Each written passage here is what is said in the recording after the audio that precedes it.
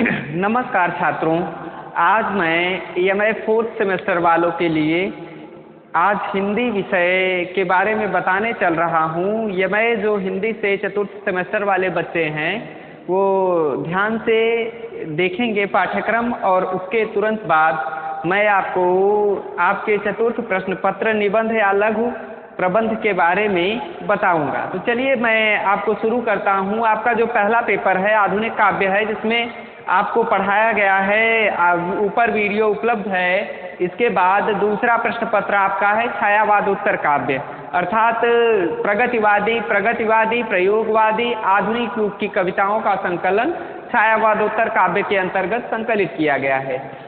इसके बाद तीसरा प्रश्न पत्र है पत्रकारिता प्रशिक्षण। पत्रकारिता प्रशिक्षण में हिंदी पत्रकारिता का उद्भव और विकास और उसकी प्रक्रियाओं का पूरा अध्ययन आपको करना है। चौथा जो पेपर है उसका नाम है निबंध या लघु प्रबंध।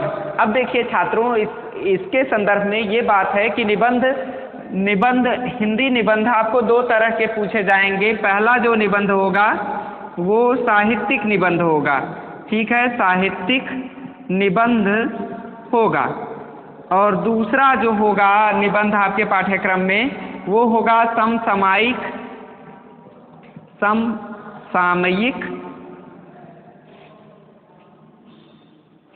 साहित्यिक निबंध।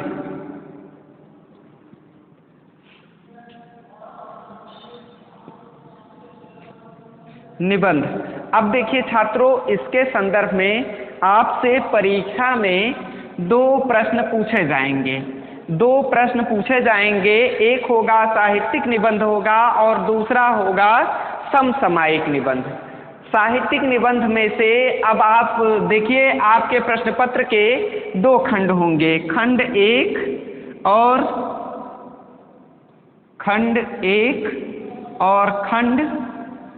दो, या खंड अ और खंड ब। इस तरह से दो खंड होगा। दो खंडों में खंड एक में आपको 10 निबंध पूछे जाएंगे। कितने निबंध पूछे जाएंगे? 10 निबंध जो साहित्यिक होंगे, अर्थात हिंदी साहित्य से संबद्ध होंगे। जैसे हिंदी साहित्य के आदिकाल पर आपसे निबंध पूछ सकता है, भक्ति काल पर आपसे निबंध पूछ सकता है, रीति काल पर आपसे निबंध पूछ सकता है, या आधुनिक काल पर या छायावादी युग के काव्य पर पूछ सकता है, प्रगतिवादी प्रयोगवादी और आधुनिक युग की कविताओं पर भी आपसे निबंध लिखने के लिए पूछ सकता है, या भारतीय काव्य शास्त्र पर आपसे निबंध पूछ सकता है, आपसे हिंदी कहानी के उद्भव और विकास पर निबंध पूछ सकता है, हिंदी पत्रकारिता के उद्भव और विकास पर निबंध पूछ सकता है। इस तरह से हिंदी साहित्य से संबंधित जितने भी बातें हैं उससे निबंध आपसे पूछ सकता है। हिंदी कहानी पर, नाटक पर, उपन्यास पर, रेखाचित्र पर, डायरी पर, संस्मरण पर, इस तरह से हिंदी गद्य की विविध विधाओं पर भी आपसे प्रश्न पूछ सकता है। काव्य शास्त्र, भारतीय काव्य शास्त्र पर पूछ सकता है। भारतीय काव्य शास्त्र में जैसे रस सिद्धांत पर निबंध पूछ सकता है, अलंकार सिद्धांत पर, रीति सिद्धांत पर, वक्रोक्ति सिद्धांत पर और औचित्य सिद्धांत पर, गुण सिद्धांत पर, इन सभी सिद्धांतों पर आपसे प्रश्न पूछा जा सकता है। उसके अलावा अगर जो इन 10 निबंधों में से केवल एक निबंध के बारे में, एक निबंध का उत्तर आपको लिखना होगा, एक निबंध का उत्तर आपको लिखना होगा, जो 10 पूछे जाएंगे 10 में से केवल एक, 10 साहित्यिक निबंधों में से एक साहित्यिक निबंध पर आपसे प्रश्न पूछा जाए, आपको उत्तर देना है 10 में से एक। खंड 2 में भी वही स्थिति होगी। अब ये समसामयिक साहित्यिक निबंध होंगे।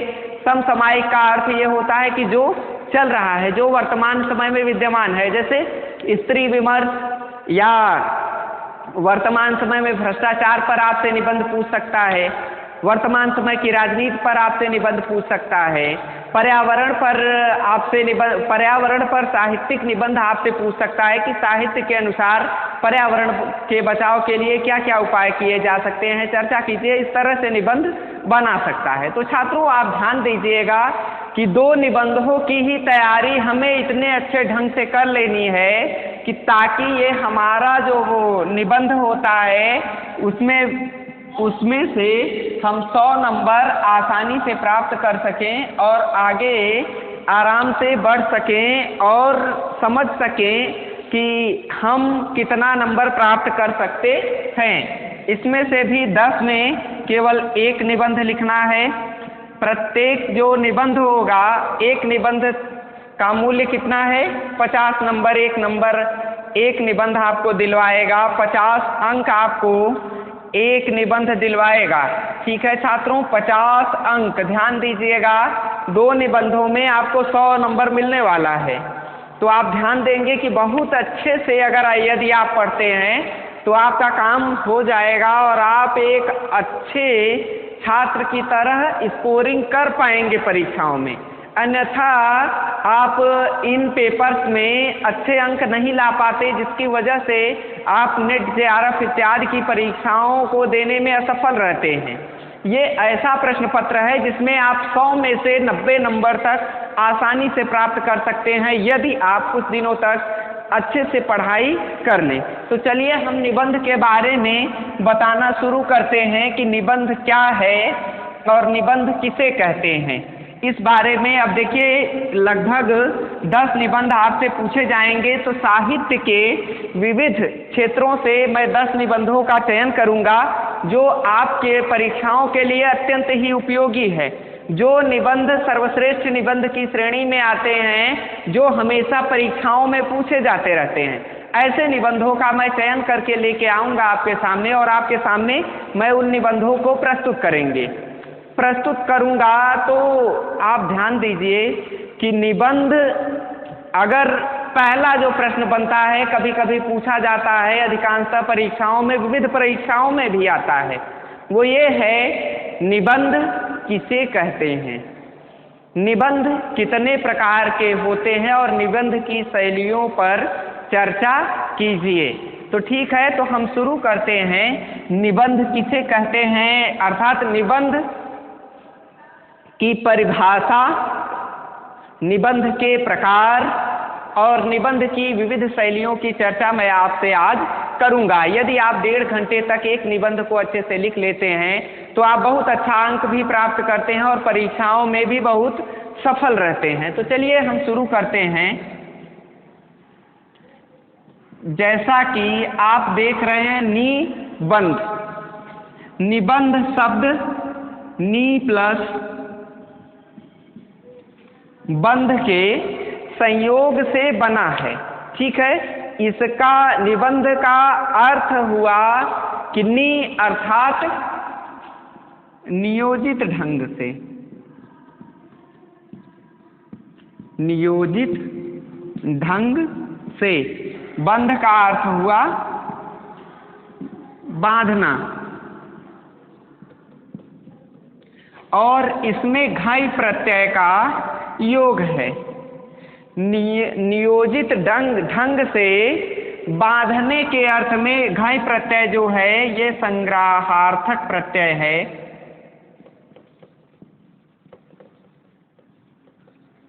अर्थात शब्दों को इस तरह से नियोजित ढंग से बांधा जाए कि प्रत्येक शब्द अपनी पूर्ण अर्थवत्ता को घोषित करने में समर्थ हो सके। अर्थात छात्रों, निबंध वह है जो निबंध शब्द का अर्थ वह है जो बंधा हुआ हो। अर्थात किसी विषय पर अपने विचारों की उन्मुक्त सृष्टि को निबंध कह सकते हैं, या नियोजित ढंग से संग्रहार्थक शब्दों का ऐसा संयोग जो नियोजित ढंग से, सुसंबद्ध ढंग से गठित किया गया हो, वह बंध निबंध कहलाता है। साहित्यिक क्षेत्र में इसकी बहुत बड़ी मान्यता है। हिंदी साहित्य में निबंध शब्द का सर्वप्रथम प्रयोग गोस्वामी तुलसीदास जी ने रामचरितमानस में किया है। हिंदी साहित्य में निबंध का प्रथम प्रयोग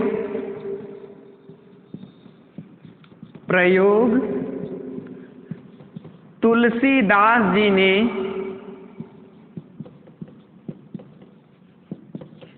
किया है। तो आप ध्यान रखेंगे, यदि ये पूछा जाता है कि हिंदी साहित्य में सबसे पहले निबंध शब्द का कहाँ उपयोग किया गया, तो आप तुरंत बताएंगे कि गोस्वामी जी की रचना रामचरितमानस है, जिसमें अब देखिए छात्रों, एक बात यहाँ उपयोगी है और ध्यान देने योग्य है कि हिंदी साहित्य में निबंध शब्द का सर्वप्रथम प्रयोग गोस्वामी तुलसीदास जी ने किया था। अब जो निबंध है, निबंध के लिए हिंदी में शब्द कैसे आया और किस कारण से आया, वो मैं आपको बताना चाहूँगा। वो इस तरह से आया कि गोस्वामी तुलसीदास जी की रचना है रामचरितमानस, जिसमें भोजपत्रों को एकत्रित करने के लिए, एकत्रित कर कस कर बांधने के लिए जिन उपकरणों का प्रयोग किया जाता था, वे उपकरण जो थे संग्रहार्थक प्रत्यय कहे जाते थे। तो क्योंकि जो प्राचीन समय में, तुलसीदास जी के समय में कागज़ तो उपलब्ध था नहीं, तो कागज़ की न उपलब्धता के कारण भोजपत्र या तांबे के पतले पतले चद्दर बनाए जाते थे और उसी पर अक्षर अंकित किए जाते थे और उन्हें एक कपड़े में बांध कर रखा जाता था, जिसे संग्रहार्थक प्रत्यय, जैसा कि घई प्रत्यय मैंने कहा, उसे संग्रहित करके एक स्थान पर रखा जाता था। उसके लिए तुलसीदास जी ने कहा कि जो नियोजित ढंग से संबद्ध किए गए शब्दों का समूह है, ताम्रपत्र या भोजपत्र है, वो निबंध कहे जाते हैं, अर्थात नियोजित ढंग से बांधे हुए कहे जाते हैं। अब आधुनिक समय में जो निबंध आया है वो किस तरह से आया है, वो मैं आपको बताना चाहूँगा। अब आधुनिक समय में जो निबंध आए हैं वो अंग्रेजी के एसे के पर्याय के रूप में प्रयुक्त हो रहे हैं। ठीक है, एसे के पर्याय के रूप में, जिसका अर्थ होता है कि ऐसा बंध जो शब्दों की कसावट और गुनावट को संग्रहित कर सके। अब एसे क्या है? एसे फ्रेंच भाषा का शब्द है, एक एसे, EASSI, एसे का पर्याय है, अर्थात इस शब्द से एसे का निर्माण हुआ है। फ्रेंच के एसे से अंग्रेजी के एसे का निर्माण हुआ है। अब एसे शब्द का अर्थ क्या हुआ फ्रेंच में? टू अटेम्प्ट,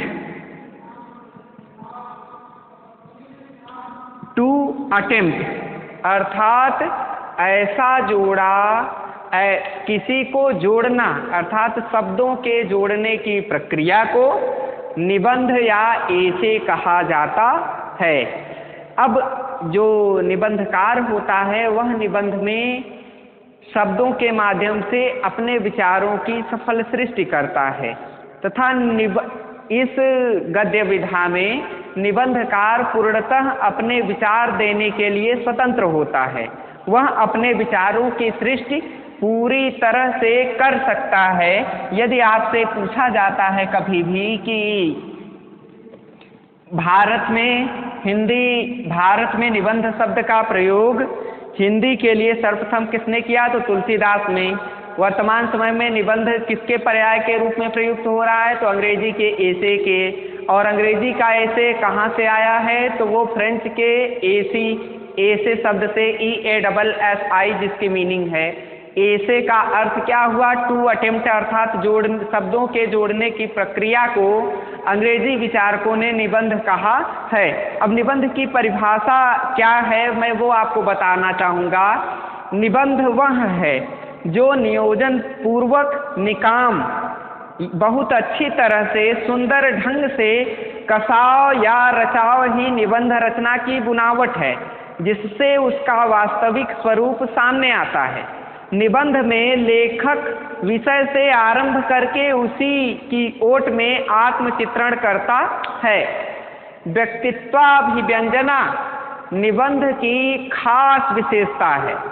श्याम सुंदर दास, अब इसकी क्या परिभाषा, अलग अलग विद्वानों ने निबंध की अलग अलग परिभाषाएं दी हैं। श्याम सुंदर दास ने निबंध की क्या परिभाषा दी है, मैं अब वो आपसे बताना चाहूंगा। श्याम सुंदर दास के अनुसार आपको लिखना है इस तरह से, श्याम सुंदर दास के अनुसार निबंध वह लेख है, निबंध वह लेख है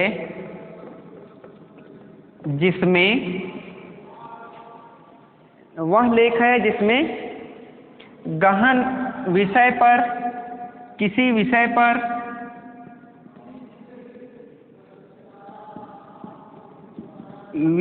पर गहन पांडित्यपूर्ण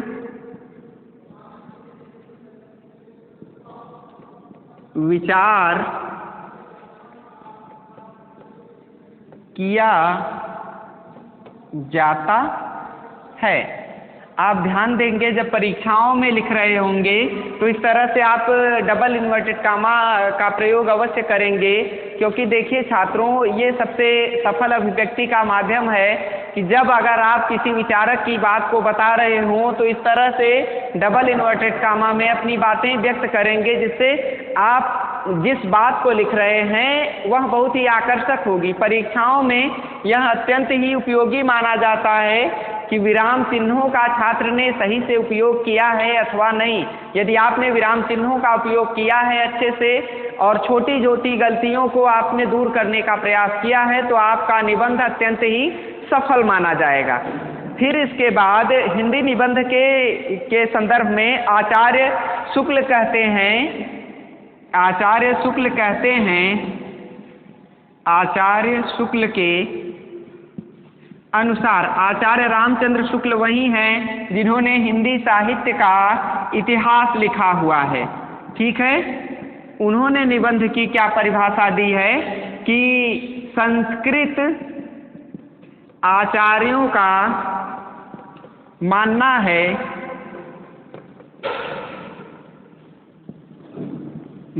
है गद्यम कवीनाम निकषम वदन्ति, अर्थात गद्य कवियों की कसौटी है। तो मैं कहता हूँ कि निबंध गद्य की कसौटी है। अब देखिए यहाँ पर रामचंद्र शुक्ल जी क्या कहते हैं कि संस्कृत आचार्यों ने ये बताया है कि गद्यम कवि नाम निकषम वदन्ति, अर्थात गद्य जो लिखने वाला है, कवि जो पद्य लिखने वाला है, जब वो गद्य लिखने चलता है तो वह उसकी कसौटी है कि वह कितना अच्छा लेखक या विचारक है, कितने अच्छे ढंग से वह अपने विचारों को प्रेषित कर सकता है। उसका कारण क्या है? गद्य है। जब वह गद्य लिखता है तब कवि के कवित्व का पता चल पाता है कि वह कितना बड़ा सर्जक है, अर्थात वह कितना बड़ा लेखक कवि है। लेकिन शुक्ल जी क्या कहते हैं कि गद्य लिखने पर भी कोई लेखक महान नहीं हुआ। वह महान कब होगा? जब गद्यकार निबंध लिखेगा तब उसके विचारों की सृष्टि अद्भुत ढंग से हो पाएगी। अर्थात निबंध जो लिख लिया लेखक, वह सबसे महान सृष्टा के रूप में, सबसे महान सर्जक के रूप में प्रसिद्ध होगा। इसीलिए हम देखते हैं कि आधुनिक काल में आचार्य रामचंद्र शुक्ल ने केवल निबंध लिखे हैं, लेकिन उन्हीं के नाम पर हिंदी निबंध के एक युग का नाम शुक्ल युग दिया गया है। इसका कारण भी वही है क्योंकि निबंध बहुत ही कठिन होता है। गद्य लिखना सरल है, काव्य लिखना सरल है, लेकिन निबंध लिखना सरल नहीं है, क्योंकि यह कवियों की कसौटी होती है। इसे लिखने में कवि की सर्जक शक्ति का उपयोग करना पड़ता है। उसकी प्रेरणाशीलता, अध्ययनशीलता का पता चलता है, उसकी भाषागत गरिमा का पता चलता है। लेखक और कवि की तर्क शक्ति का पता निबंधों के माध्यम से ही लगाया जा सकता है, ऐसा रामचंद्र शुक्ल कहते हैं। आगे रामचंद्र शुक्ल कहते हैं कि इसमें विषय के स्थान पर, अर्थात निबंध में विषय के स्थान पर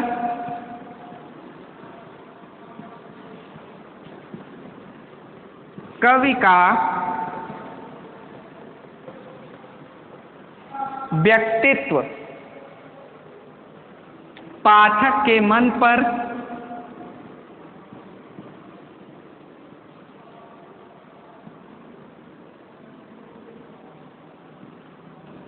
समाहित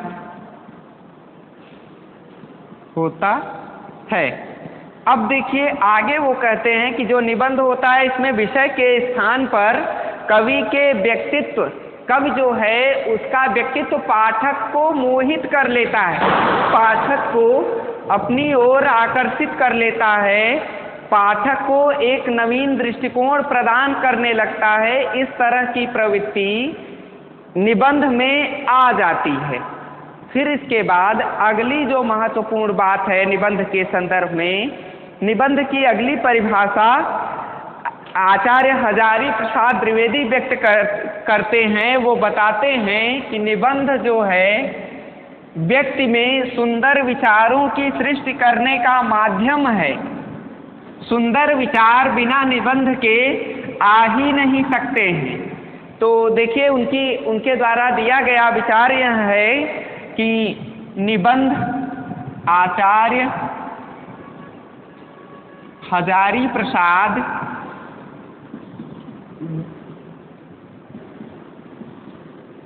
द्विवेदी व्यक्ति स्वाधीनता की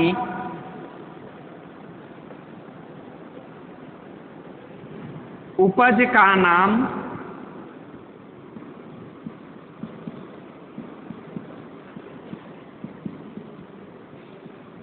निबंध है। अर्थात व्यक्ति जहाँ कवि स्वतंत्र हो जाए, जहाँ व्यक्ति अपने विचारों को व्यक्त करने लगे, वो क्या है, वो निबंध है, ऐसा आचार्य हजारी प्रसाद द्विवेदी बताते हैं। आगे नलिन कुमार निबंध की क्या परिभाषा देते हैं वो देखिए। नलिन कुमार के अनुसार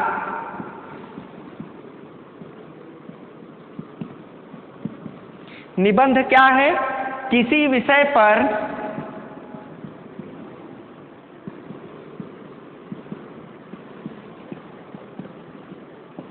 स्वाधीन चिंतन,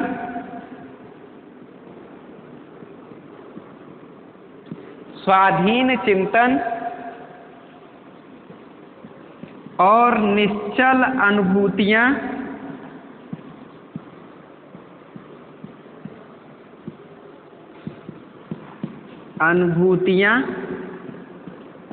सरल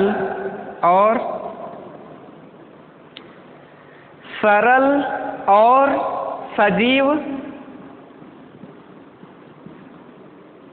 मर्यादित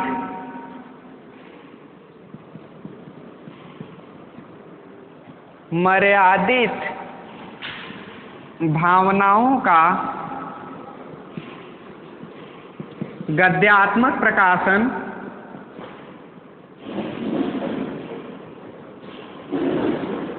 निबंध है।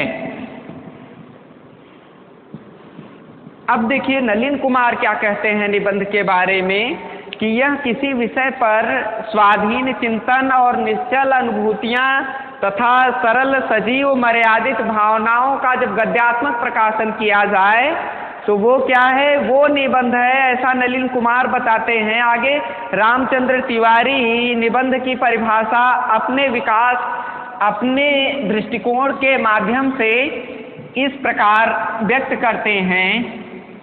रामचंद्र तिवारी वही हैं जिन्होंने हिंदी का उद्भव और विकास नामक पुस्तक लिखी है।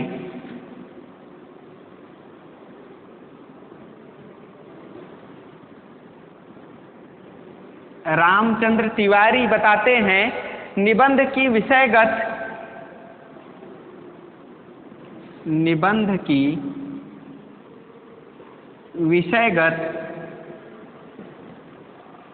और शिल्पगत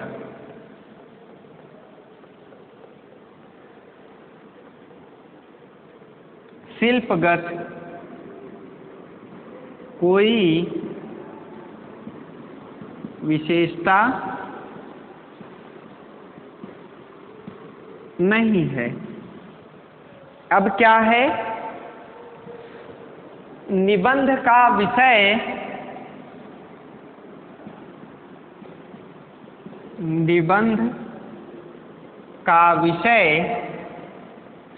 कुछ भी हो सकता है।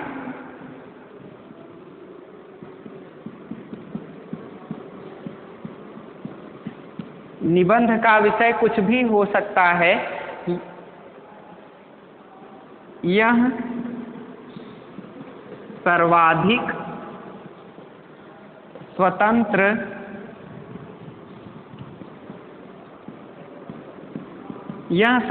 स्वतंत्र विधा है, एकदम बातचीत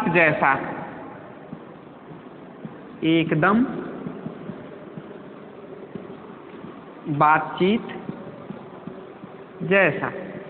ध्यान दीजिए छात्रों, रामचंद्र तिवारी ये बताते हैं कि निबंध क्या है? निबंध की विषयगत और शिल्पगत कोई विशेषता नहीं होती, अर्थात इसका विषय और इसके शिल्प पर कोई विशेष प्रकाश और प्रभाव नहीं डाला जा सकता। यह एक स्वतंत्र विषय ही होता है। निबंध का विषय कुछ भी हो सकता है, जैसा कि हम प्रताप नारायण मिश्र की रचनाओं में देखते हैं कि उन्होंने आँख, दांत, नाक, मूछ, जीभ इत्यादि पर निबंध लिखे हैं। तो विषय भी कुछ नहीं हो सकता। यह सर्वाधिक स्वतंत्र विधा है, एकदम बातचीत के समान यह विधा स्वतंत्र विधा है, जो निबंध को एक विषयी आधार प्रदान करती है, विषय के अनुसार अपनी बातों को स्पष्ट करने पर बल देती है। आगे एक विचारक हैं, वो कहते हैं कि निबंध अस्त व्यस्त विचारों का प्रकाशन मात्र है। अर्थात देखिए, इस सिद्धांत को देने वाले विचारक का नाम अभी तक अज्ञात है, किंतु जिसने भी इस विचार को दिया है वह अत्यंत ही महत्वपूर्ण विचारक है। उस विचारक ने अपनी बातों को विस्तृत ढंग से व्यक्त किया है और उसने कहा है कि निबंध जो है वो अस्त व्यस्त विचारों का प्रकाशन है, अर्थात इसमें विचार हमेशा एक दूसरे से उलझे हुए होते हैं। आगे डॉक्टर जॉनसन आधुनिक निबंध को इस तरह से परिभाषित करते हैं। डॉक्टर जॉनसन वो कहते हैं, निबंध मन की उन्मुक्त उड़ान का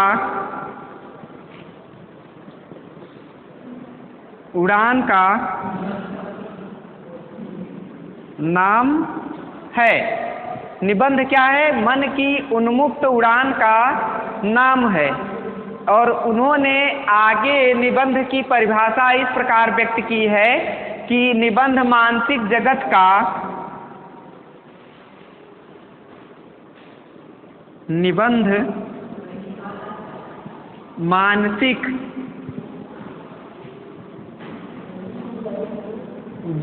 का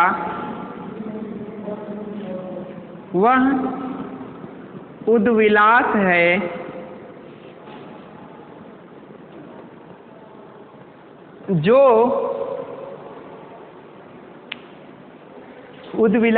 जो क्रम और नियमों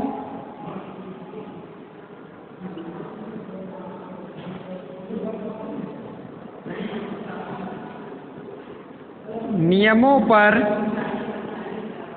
विशेष ध्यान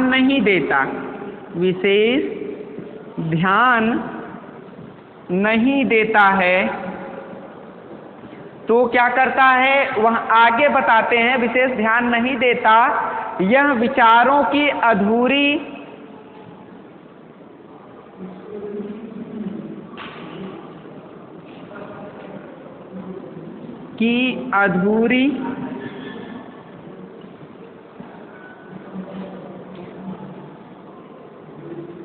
अस्त व्यस्त रचना है। देखिए छात्रों ध्यान दीजिए, यहाँ पर डॉक्टर जॉनसन जो हैं ये निबंध की आलोचना करते हुए व्यक्त कहते हैं कि निबंध क्या है, मन की उन्मुक्त उड़ान का नाम है। निबंध मानसिक जगत का वह उद्विलास है जो क्रम और नियमों पर विशेष रूप से ध्यान नहीं देता। यह विचारों की अधूरी अस्त व्यस्त रचना मानी जा सकती है। एक और विचारक हैं बेंसन निबंध के बारे में बताते हुए लिखते हैं, बेंसन कहते हैं कि निबंध के विषय में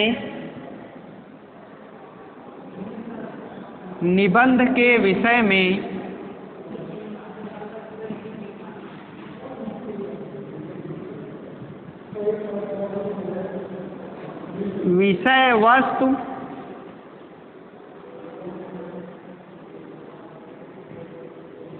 प्रधान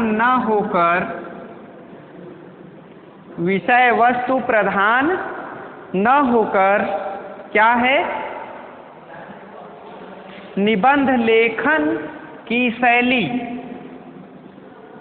निबंध लेखक की शैली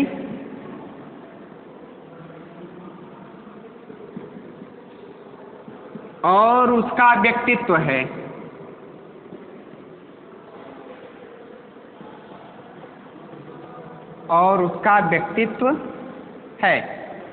ठीक है छात्रों, आप ध्यान देंगे कि बेंसन कहते हैं निबंध के विषय में विषय वस्तु प्रधान नहीं है, बल्कि निबंध का लेखक और उसकी शैली और लेखक का व्यक्तित्व निबंध पर hमेशा प्रभावी रहता है।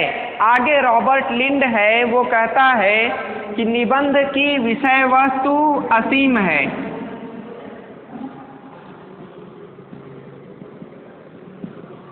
निबंध की विषय वस्तु असीम है। जो विषय वस्तु इसकी असीम है, जो कैसी होती है, जो एक महान विजेता या नेता की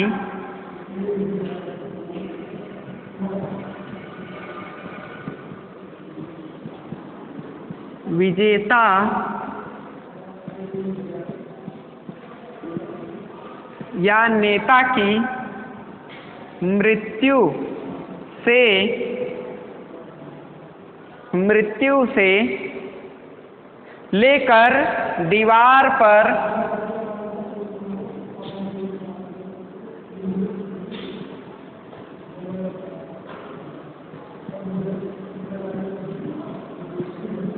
दीवार पर बने एक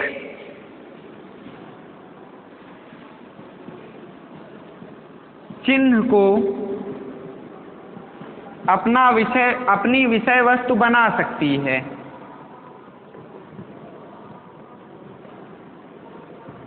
अपनी विषय वस्तु बना सकती है। इस तरह से रॉबर्ट लिंड निबंध की परिभाषा देता है कि निबंध की विषय वस्तु जो है वो कुछ भी हो सकती है, अर्थात उसकी कोई सीमा नहीं है, असीम है। जो एक महान विजेता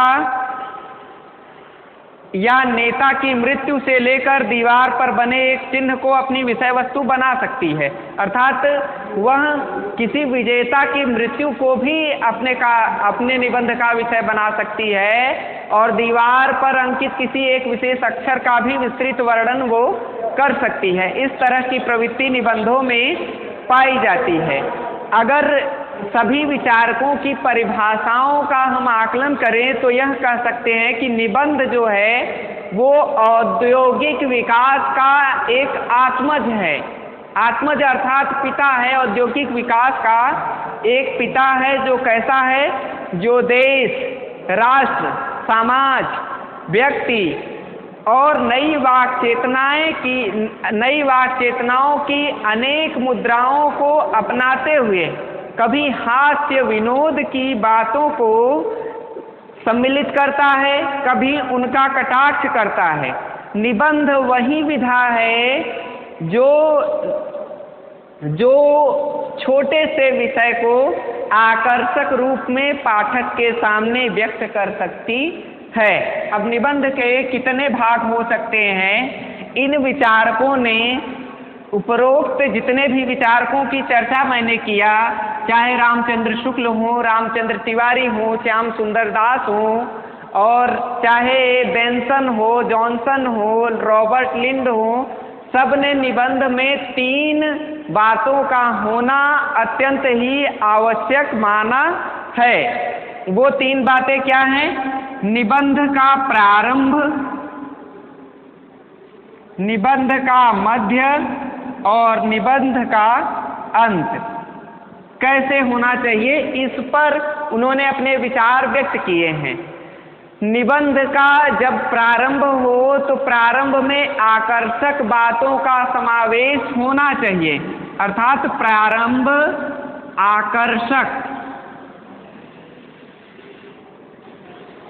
आकर्षक और रोचक।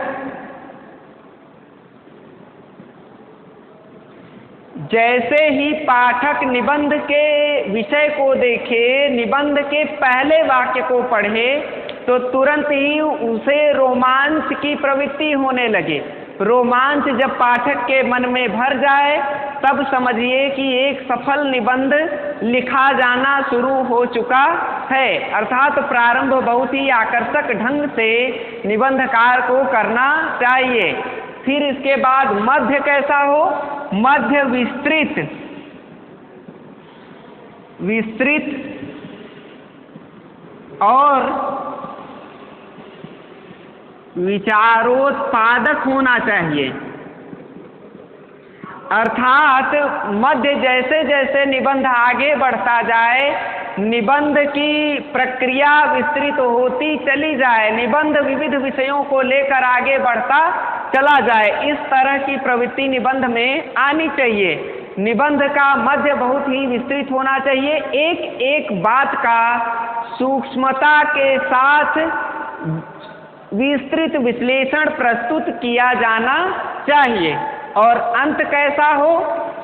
अंत निष्कर्षात्मक हो, निष्कर्षात्मक और शिक्षाप्रद होना चाहिए। निबंध पढ़ने के बाद पाठक को निष्कर्ष का पता चले कि इस निबंध को लिखने का क्या ध्येय था, और शिक्षाप्रद से तात्पर्य है कि वो निबंध शिक्षा भी प्रदान करने वाला होना चाहिए, उसमें विशेष शिक्षाओं का संकलन किया जाए। ऐसे निबंध साहित्य में लिखे जाने अत्यंत ही आवश्यक हैं। फिर इसके बाद निबंध के संदर्भ में एक बात और है, निबंध मुख्यतः 4 प्रकार के माने जाते हैं। निबंधों के प्रकारों की चर्चा मैं आपसे कर दूं। निबंधों के प्रकार विविध विचारकों ने अपने अपने अनुसार बतलाए हैं, किंतु अधिकांश विचारकों ने निबंध के 4 प्रकारों पर अपनी सहमति जताई है, किंतु 2 और प्रकारों को आगे चलकर निबंधों में जोड़ दिया गया है। अब वो कौन कौन से निबंध है वो मैं आपको बताऊंगा। निबंध के प्रकार,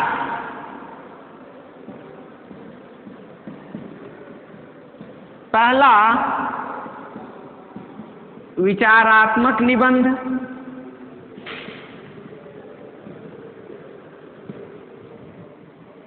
दूसरा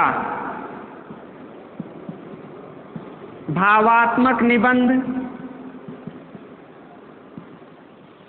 तीसरा वर्णनात्मक निबंध,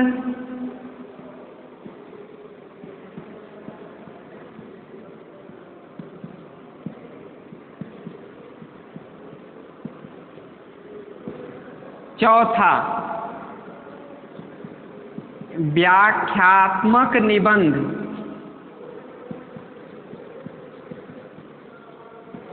इस तरह से निबंध के 4 प्रकारों की चर्चा विविध विचारकों ने प्रस्तुत की है, किंतु 2 और निबंध माने जाते हैं। एक आत्मपरक निबंध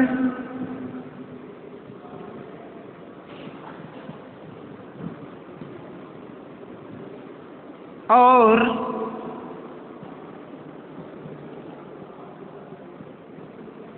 व्याख्यात्मक निबंध।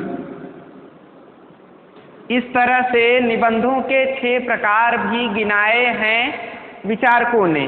तो आपसे यदि पूछा जाता है परीक्षाओं में कि निबंध कितने प्रकार के होते हैं, तो उपरोक्त 4 की ही चर्चा आपको करनी है। अगर आपसे ये पूछा जाता है कि निबंध के 2 अन्य किन प्रकारों की चर्चा की गई है, तो आप आत्मपरक और व्याख्यात्मक निबंध बता सकते हैं। चलिए तो मैं शुरू करता हूँ। सबसे पहले आपको विचारात्मक निबंध के बारे में बताना शुरू करता हूँ कि विचारात्मक निबंध कैसे होते हैं। तो देखिए,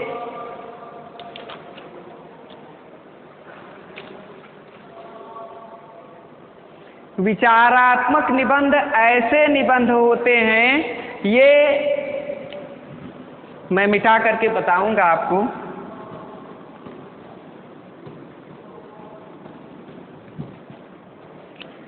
ये आकार रहित होते हैं, आकार रहित तथा अधिकांशतः सूक्ष्म होते हैं। अब ये ध्यान दीजिए, इन निबंधों का आकार अपेक्षाकृत छोटा होता है। जो विचारात्मक किस्म के निबंध होते हैं, इसमें लेखक किसी विषय पर अपने महत्वपूर्ण विचारों का संकलन करता है और फिर इसके बाद उनका पुनरुत्पादन करके पाठक के सामने प्रस्तुत करता है।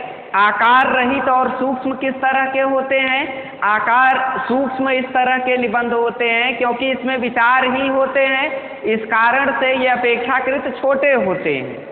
इनमें विचारों की महान सृष्टि की गई होती है। इसमें इसके संदर्भ में आचार्य शुक्ल ने कहा है कि इन निबंधों का चरम उत्कर्ष, विचारात्मक निबंध के संदर्भ में शुक्ल जी बताते हैं, इन निबंधों का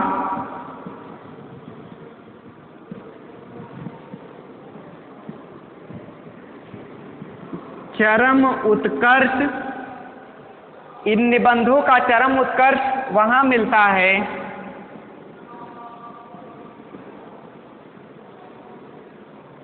जहां एक एक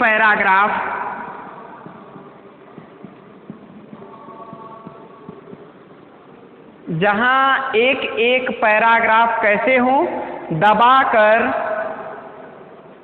एक एक पैराग्राफ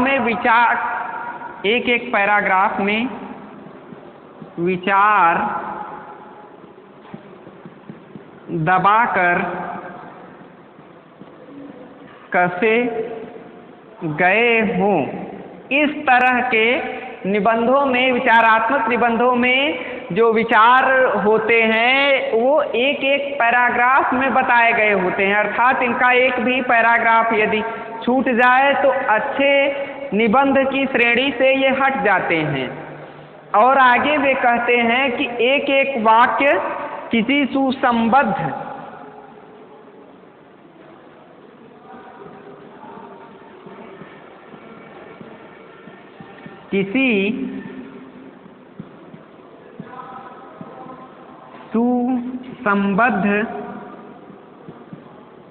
विचार के लिए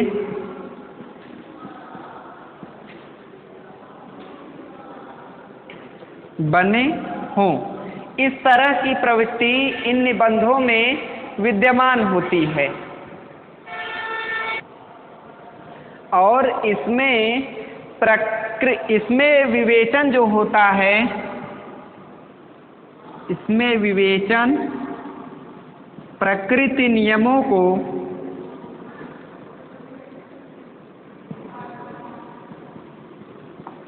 खोज कर बना होता है। ये निबंध प्रायः 3 तरह से लिखे जाते हैं। पहला, खोजपूर्ण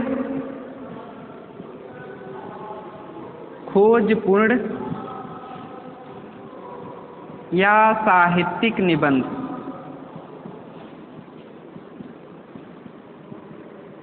फिर इसके बाद दूसरा इसका प्रकार यानी विचारात्मक निबंधों का दूसरा प्रकार साहित्य, कला और संस्कृति संबंधी होता है। साहित्य से संबद्ध हो या कला से संबद्ध हो या संस्कृति से संबद्ध निबंध होता है।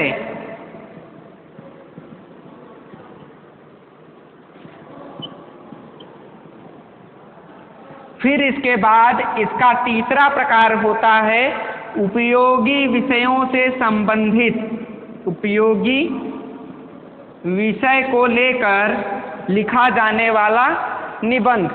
तो आप ध्यान देंगे छात्रों कि इस निबंध के विचारात्मक निबंध 3 तरह के होते हैं। खोजपूर्ण या साहित्यिक निबंध, ये ऐसे निबंध होते हैं खोजपूर्ण निबंध जो विविध वैज्ञानिक खोजों के बारे में पूरी जानकारी एकत्र करते हैं और उसके बारे में पाठक को बताने का प्रयास करते हैं। जैसे एक निबंध है पानी में चंदा और चांद पर आदमी, उसमें बहुत ही खोजपूर्ण ढंग से लेखक ने चंद्रमा पर नील आर्मस्ट्रांग के पहुंचने की कथा का वर्णन किया है। फिर इसके बाद साहित्य, कला और संस्कृति से संबंधित निबंध, ये इस तरह के विचारात्मक निबंध होते हैं कि साहित्य की विविध धारा, जैसे भारतीय काव्यशास्त्र हो गया, रस सिद्धांत हो गया, अलंकार, रीति, गुण, वक्रोक्ति, कला अर्थात विविध कलाएं जो भारत में प्रचलित है, ललित कलाएं जो मंदिरों में की गई दस्तकारी होती है उनका जो चित्रण होता है उससे संबंधित, और संस्कृति अर्थात आदि मानव कैसा था या आर्य सभ्यता कैसी थी, मनुवादी सभ्यता कैसी थी, या जो बौद्ध धर्म से संबंधित सभ्यता कैसी थी, उस बात को लेकर लिखा गया निबंध। और तीसरा उपयोगी विषयों को लेकर, उपयोगी विषय अर्थात वर्तमान समय में चल रहे विभिन्न साहित्यिकवादों को लेकर लिखा जाने वाला निबंध विचारात्मक निबंध होता है। आप एक बात ध्यान देंगे कि इसमें विचार दबाकर कसे गए होते हैं, अर्थात लेखक के विचारों की सुंदर सृष्टि की गई होती है जिससे पाठक को चरम आनंद की प्राप्ति हो सके। और यह निबंध बहुत ही आकर्षक होता है और इसमें प्रभावशाली बातों का समावेश लेखक अपनी लेखनी के माध्यम से व्यक्त करता है। फिर इसके बाद दूसरे तरह का निबंध है भावात्मक निबंध। इसमें रीति रिवाज, रहन सहन, खान पान आदि का विस्तृत विश्लेषण प्रस्तुत किया जाता है। इसमें इस तरह के निबंधों में भावनाओं और कल्पना की प्रधानता होती है, अनुभूति की संपन्नता, भावना की उच्छल प्रवेग इसकी खास पहचान होती है। इस तरह के निबंधों में भावुकता में बहा देने वाले वाक्यों की सहृदयता के साथ सृष्टि की जाती है जिससे पाठक ये समझ नहीं पाता कि ये लेखक बोल रहा है या पाठक स्वतः ही बोल रहा है। ये इस तरह के निबंध होते हैं। इसके 2 रूप होते हैं, धारा भावात्मक निबंध और तरंग भावात्मक निबंध। धारा प्रवाह भावनाएं जिसमें लगातार आती जाएं वो धारा भावात्मक निबंध कहे जाते हैं। और इसके बाद विक्षेप और प्रलाप वो शैली होती है जिसमें विविध प्रकार की करुण क्रंदन का सुंदर समावेश किया जाए। अब इसके बाद तीसरे तरह का निबंध होता है व्याख्यात्मक निबंध। व्याख्यात्मक निबंध यहाँ ऐसे निबंध होते हैं जिसमें किसी विषय को लेकर उसकी विस्तृत परिचर्चा का विवेचन प्रस्तुत किया जाता है, प्रस्तुत किया जाता है, अर्थात विस्तृत बातों का समावेश कम शब्दों में दिया जाता है। अब इसके बाद ये ऐसे निबंध होते हैं जिसमें कथात्मक शैली के दर्शन होते हैं। इसमें इस प्रकार के वक्तव्यों का समावेश होता है कि पाठक को कहानी जैसा आनंद की अनुभूति होने लगती है। फिर इसके बाद अंतिम जो निबंध है वर्णनात्मक निबंध है।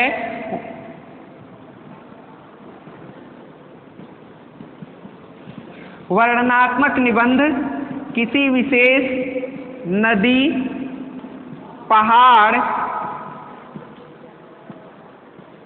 झरना, देश,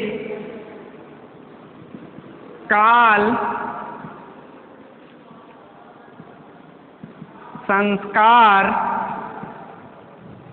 संस्कार, वस्तु, रेल, जहाज,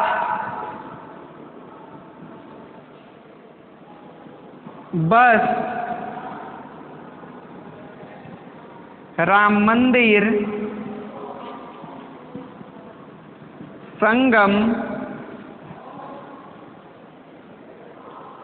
संगम और इसके अलावा सांची का स्तूप या नालंदा और तक्षशिला जैसे प्राचीन आश्चर्यों का संकलन इस तरह के निबंधों में किया जाता है। ये निबंध वर्णन प्रधान होते हैं और अपनी आंखों देखी बात को लेखक अपने निबंधों में व्यक्त करता है। इन चारों निबंधों के विषय में चाहे भावात्मक हो, व्याख्यात्मक हो, वर्णनात्मक हो या विवरणात्मक निबंध हो, इन सभी निबंधों के बारे में विचारात्मक, भावात्मक, वर्णनात्मक और व्याख्यात्मक इन चारों तरह के निबंधों के बारे में बाबू गुलाब राय ने लिखा है कि बाबू गुलाब राय ने बताया है कि ये निबंध किस तरह के होते हैं, निबंधों में कौन कौन से अंगों के रूप में ये प्रसिद्ध हैं। अब वर्णनात्मक जो निबंध होते हैं उनका संबंध किससे है, व्याख्यात्मक जो निबंध है उनका संबंध किससे है। वर्णनात्मक निबंधों का संबंध क्या है, एक तरफ निबंध, दूसरी तरफ संबंध।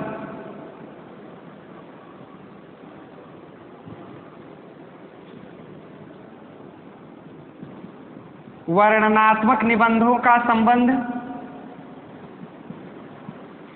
देश से होता है, अर्थात यह वर्णन प्रधान होते हैं। फिर इसके बाद विवरणात्मक निबंध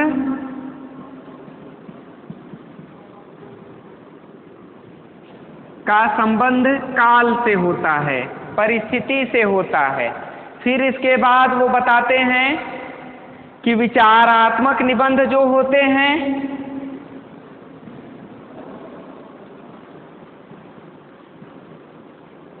उनका संबंध तर्क से होता है, और भावात्मक जो निबंध होते हैं, भावात्मक निबंधों का संबंध किससे होता है, वो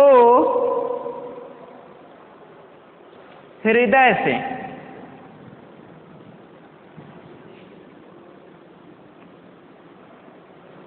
ध्यान दीजिए छात्रों, इस तरह से कभी कभी परीक्षाओं में पूछ लिया जाता है कि कौन से निबंध का संबंध किससे है, तो केवल आपको यही कॉलम याद रख लेना है। अगर ये कॉलम आप अच्छे से याद रख लेते हैं तो समझ लीजिए कि आपकी सारी समस्या दूर हो गई।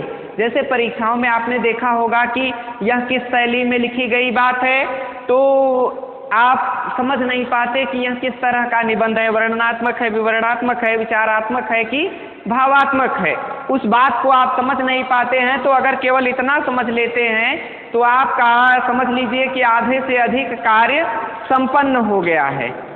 इसके बाद दो निबंध और हैं जिनकी चर्चा मैं आपसे करूंगा।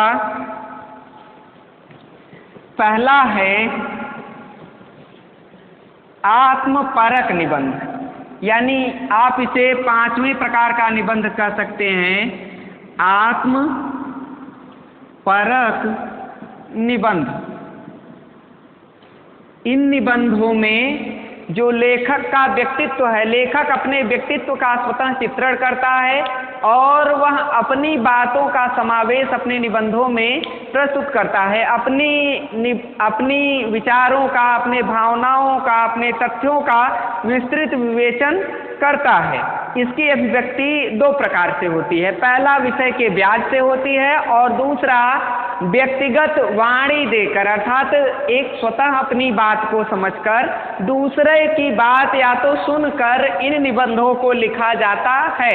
आत्मपरक यानी लेखक के व्यक्तित्व से संबंधित जो भी बातें यदि निबंध में आए तो आप कह सकते हैं कि ये आत्मपरक निबंध हैं। और अगला निबंध का प्रकार होता है छठा, हास्य और व्यंग प्रधान निबंध। हरिशंकर परसाई का नाम आपने सुना होगा।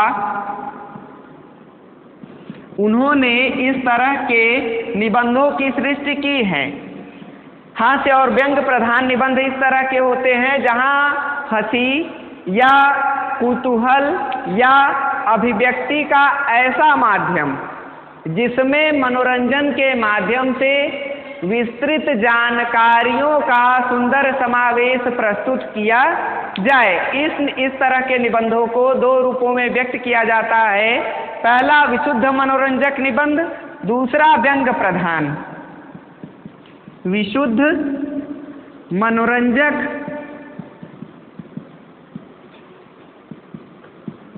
निबंध और दूसरा